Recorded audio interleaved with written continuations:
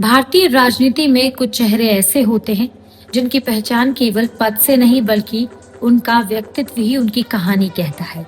योगी आदित्यनाथ उन्हीं नामों में से एक है।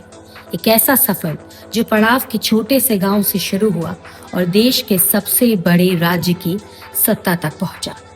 5 जून 1972 को उत्तराखंड के पौड़ी गढ़वाल जिले के पंचूर गांव में जन्मे योगी आदित्यनाथ का बचपन सादगी में बीता। उनका असली नाम अजय सिंह बिष्ट था। पिता वन विभाग में रेंजर थे। घर में अनुशासन था और जीवन में सामान्यता। पढ़ाई में उनकी रुचि रही। उन्होंने गणित विषय में एजुकेशन की। उस समय शायद ही किसी ने सोचा होगा कि ये युवक आगे चलकर एक बड़ा राजनीतिक चेहरा भी बनेगा। युवा उम्र में ही उनके जीवन ने अचानक मोड़ लिया। राम मंदिर आंदोलन के दौरान में उनका झुकाव ज्यादा दिखा। उन्होंने घर छोड़ दिया, गोरखपुर पहुंचे और महंत आदित्यनाथ के सानिध्य में आ गए। यहीं से उन्हें नया नाम मिला, योगी आदित्यनाथ। ये केवल नाम का परिवर्तन नहीं था, ये जीवन की दिशा बदलने वाला शब्द था। गोरखनाथ मठ से उनका झुकाव धीरे धीरे गहरा होता चला गया। 2014 में महंत अवैधनाथ के निधन के बाद उन्हें मठ का पीठाधीश्वर भी बनाया गया। ये संत के रूप में उनकी एक पहचान वहां पे मजबूत हो गई, लेकिन उनका दायरा यहीं तक सीमित नहीं रहा। साल 1998 में उन्होंने राजनीति में कदम रखा। मात्र 26 साल के थे वो जब गोरखपुर के लोकसभा में पहुंचे। उस समय वो सबसे युवा सांसद। इसके बाद उन्होंने लगातार चुनाव जीते।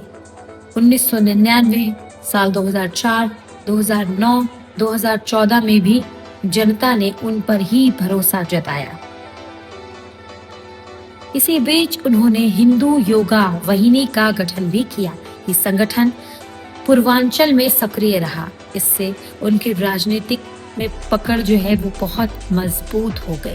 साल 2017 में उनका राजनीतिक सफर एक नए मोड़ की ओर चला गया। उन्हें उत्तर प्रदेश का मुख्यमंत्री भी चुना गया। ये निर्णय कई लोगों के लिए चौंकाने वाला था। ये संत की छवि वाला जो नेता है वो प्रशासन में कैसे आ जाएगा, कैसे कमान संभालेगा, कई सारे सवाल थे।